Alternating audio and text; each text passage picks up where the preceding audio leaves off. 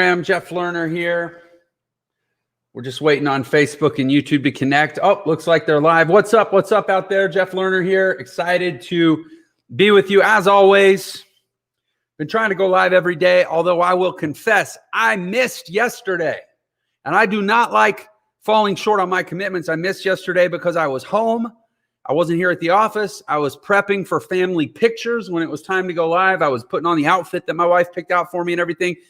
And I couldn't log into the platform that allows me to stream. I didn't have the right password, so I didn't go live yesterday. I really dropped the ball. My apologies, but I'm back with you today and excited to be here. We're talking about our quote subject for the day is talking about how social distancing is affecting business. Hey, Carol. Yeah, appreciate you being here. Oh, I see Rod. What's up, my man? See a lot of people coming on Instagram. Appreciate all you guys being here. Say hi if you're here. If especially on Facebook and YouTube, I can't see you come on unless you say hello. Say hello. I'm so excited you're here. I want to welcome you personally. So yeah, social distancing, how it's affecting business. That's the subject for the day. But here's the reality about it. I'm not actually going to talk about how social distancing is affecting business. I'm not going to talk about how COVID is affecting business. Wow's man. What's up, my man? Michael, appreciate you saying hi. Sarah, hello. Pamela, hello. Matthew, hello. So yeah, I'm not actually going to talk about those things because Chadrick, what's up, my man? The reality is I don't think those things are the issue. I think those things have simply accelerated the issue. Those things have taken an issue that was happening subtly enough, and this is what made it really dangerous. It was happening subtly enough that people could either be blind to it or they could dismiss it. Oh, I got a bunch of people. Darren, Bones, Mother Goose, Paulo, a bunch of people coming on. Mary, Maria, Fran Michael, Joe. Oh, I love it. I love the community. I love the friendliness. But here's the deal. I don't think social distancing and I don't think COVID have actually fundamentally changed business nearly as much as people think.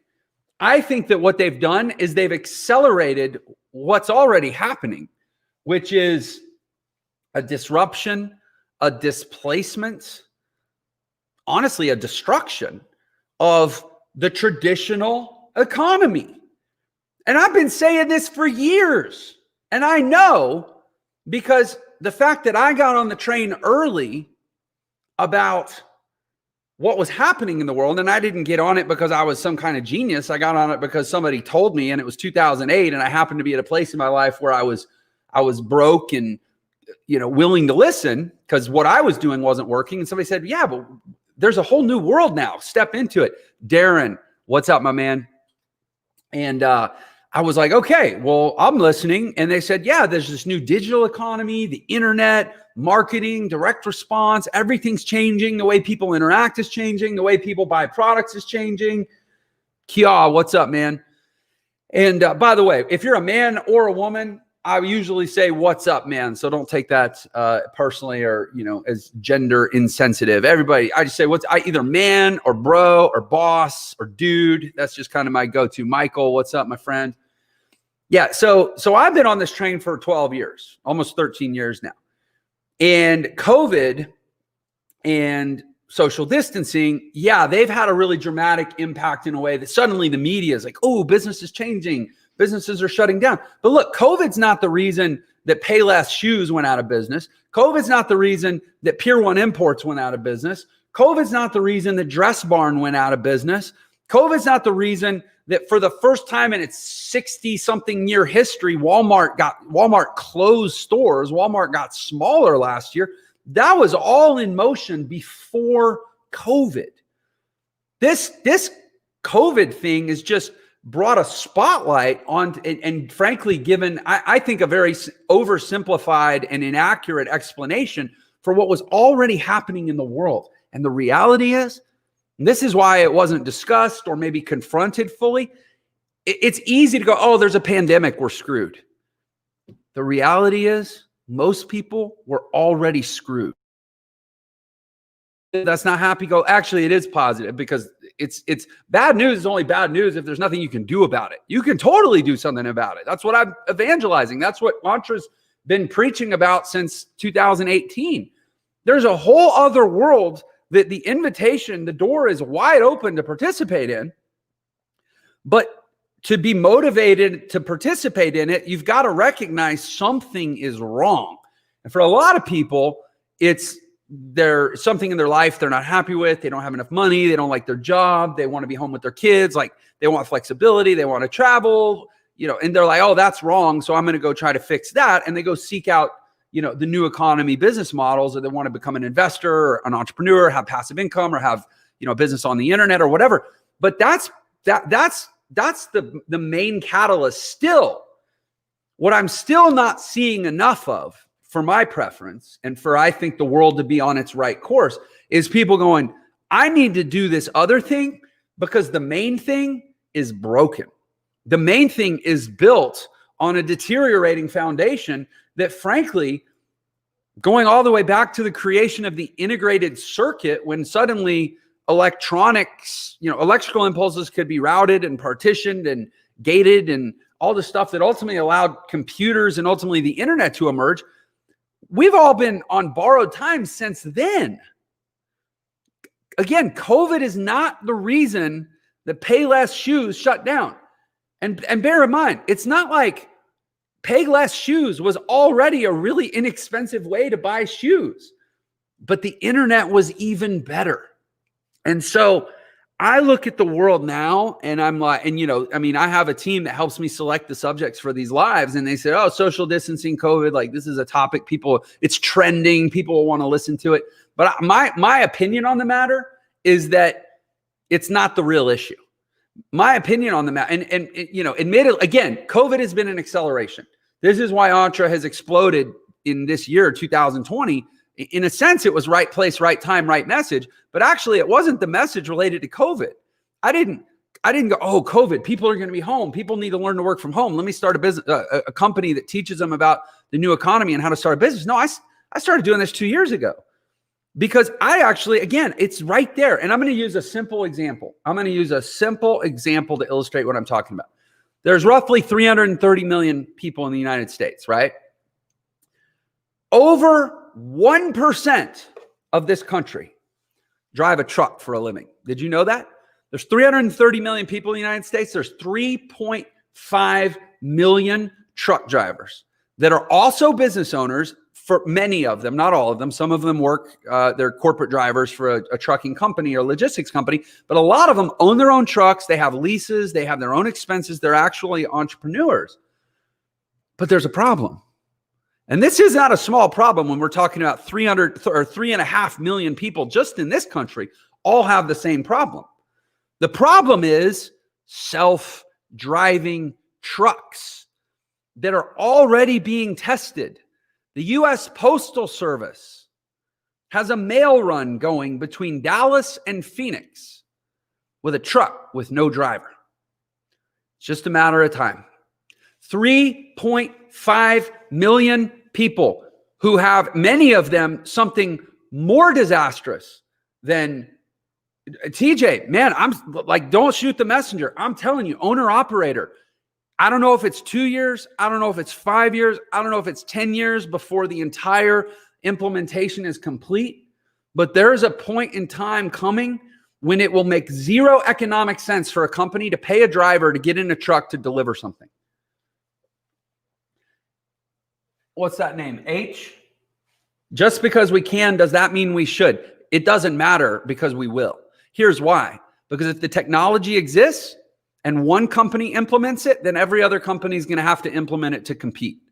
And nobody's going to lose their business on principle. Nobody's going to take a stand for truckers so much that it puts their whole transportation company out of business and all the truckers lose their jobs anyways. That wouldn't make any sense. The reality with automation, robotics, 5G connectivity. Look, so I had a guy on my show a while ago, James Altucher, and we just published a snippet of his interview on Instagram, and it was about how New York City is dead, or New York City's broken. I forget what he said. And basically he said there's a fundamental reason why New York City is broken this time around, and it didn't break the last recession, because And TJ, here's my position is, it's already happening.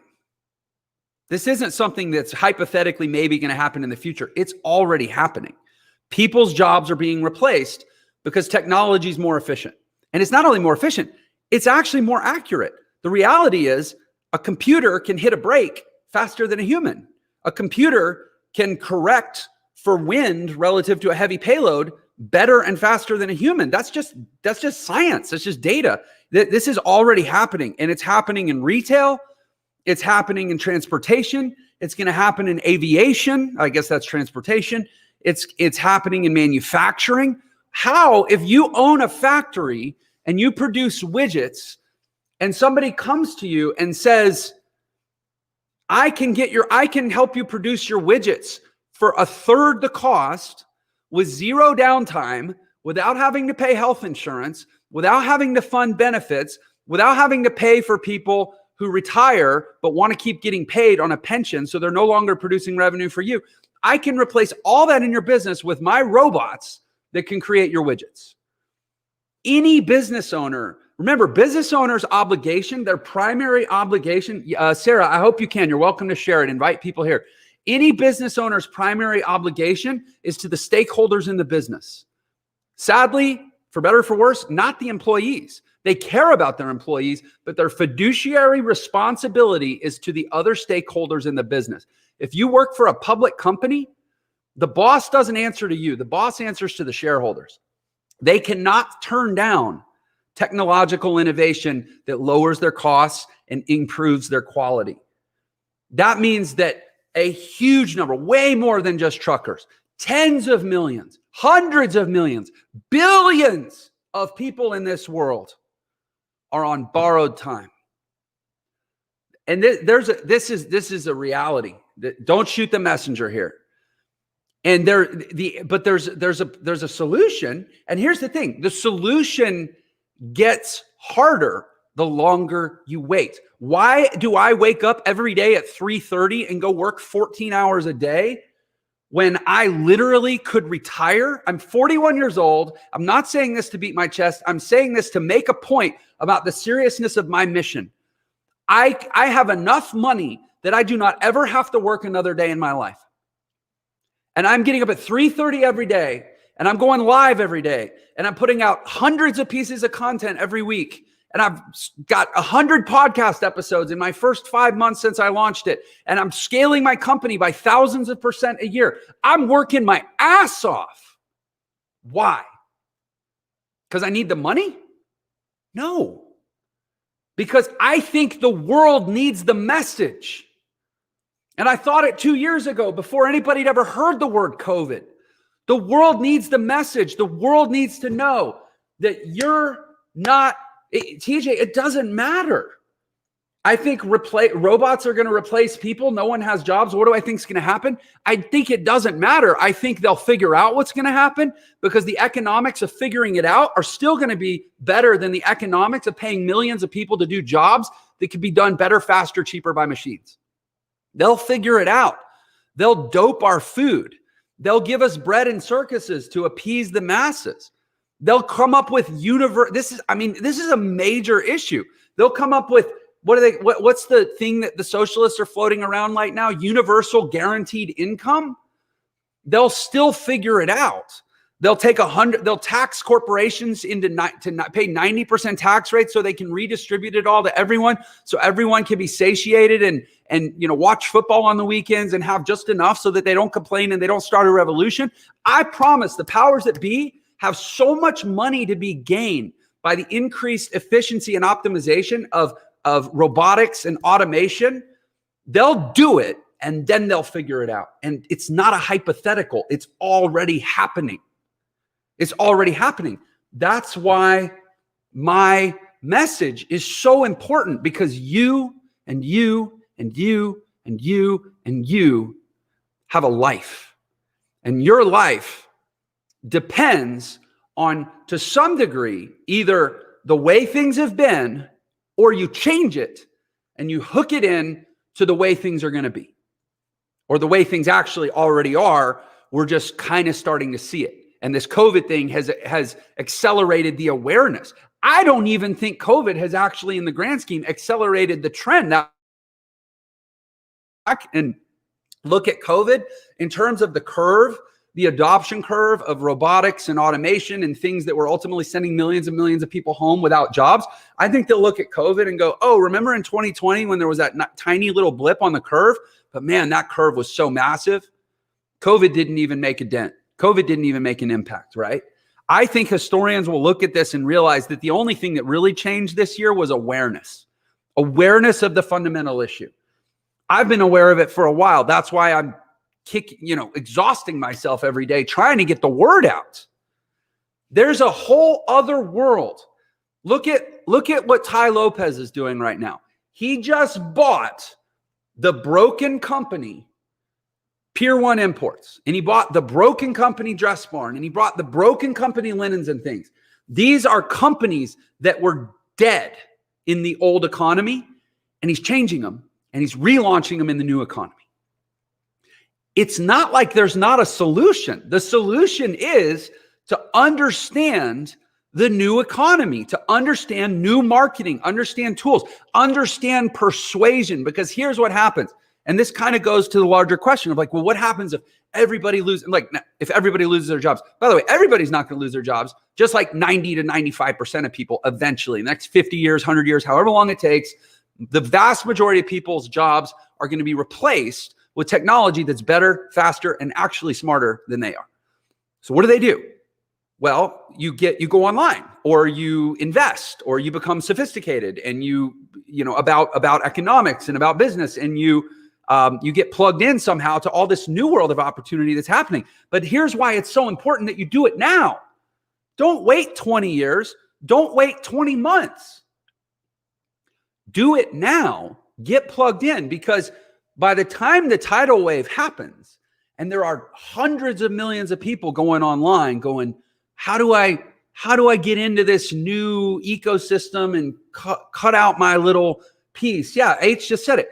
Must understand how to create new value in the new model economy. But by the time hundreds of millions of people are being forced to do that because they were late to the party, think how much harder it's going to be.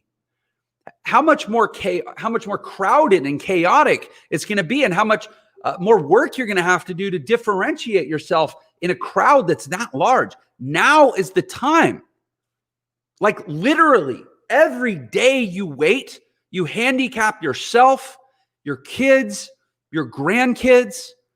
This is not like some hobby of mine. This is a deep crusade based on a belief about what's happening politically, socially, culturally in this world. And people are either going to get with it, and I don't care. Look, if you want to learn, come to Entre. Hey, I genuinely would love to have you, and I'm committed to serving you at the highest level. I think we have offerings at a level of quality as good or better than anybody else in the market. But I would so much rather you go learn from somebody else than you choose not to learn at all. You've got to get plugged into it now, because look, COVID's going to come back, but the world's not going to. Because here's why. In business terms, the world actually just got better.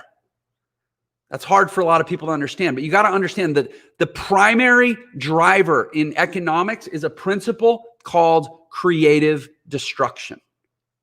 Creative destruction says you have to break things to rebuild them better. The automobile broke the horse and buggy industry, and there were probably a lot of people that worked in the buggy factory that hated the car. Computers, they're breaking all kinds of, the internet, email literally broke the postal service.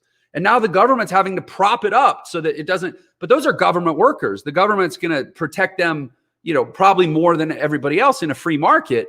But there's no rational logic to the current structure of the postal service, because email's better. Direct instant electronic messaging is just better.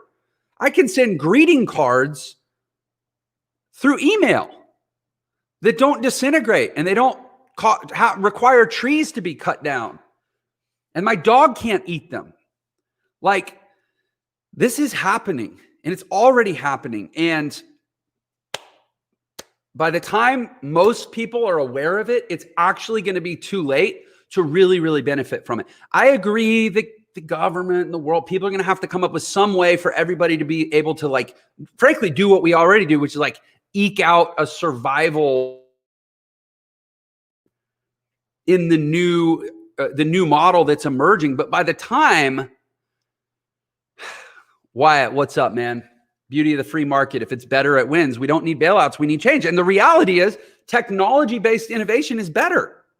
It's better, but it's also unfeeling. It's also impersonal. And by the way, a CEO's responsibility to his shareholders is by nature unfeeling. So please, please, please, please, please do not stake your future on the presumed benevolence and generosity of the board of your company or the politicians that run your country. Put it on yourself. And the way you put it on yourself right now in a responsible way is you get educated about the world and how business works now. And Entra is one place you can do that. It's not the only one, although admittedly, I built it because I did think that there was something to be improved upon. So maybe it is kind of the best. But yeah, don't wait. That's my message. That's my takeaway here. Don't wait. Michael's saying, why do I get so many low numbers? I don't know, because the world would rather listen to, watch kids fall off skateboards and look at cats than listen to stuff that can save their life. It's the only explanation I got. Anyway, guys, that's my message for the day. I appreciate you. Appreciate all of you. I hope you're hearing this in the spirit of optimism that I'm delivering it. I know there's a underbelly to the message. It's kind of like, ooh, a little bit scary and a little bit. But here's the thing. It's never been truer. The only thing we have to fear is fear itself.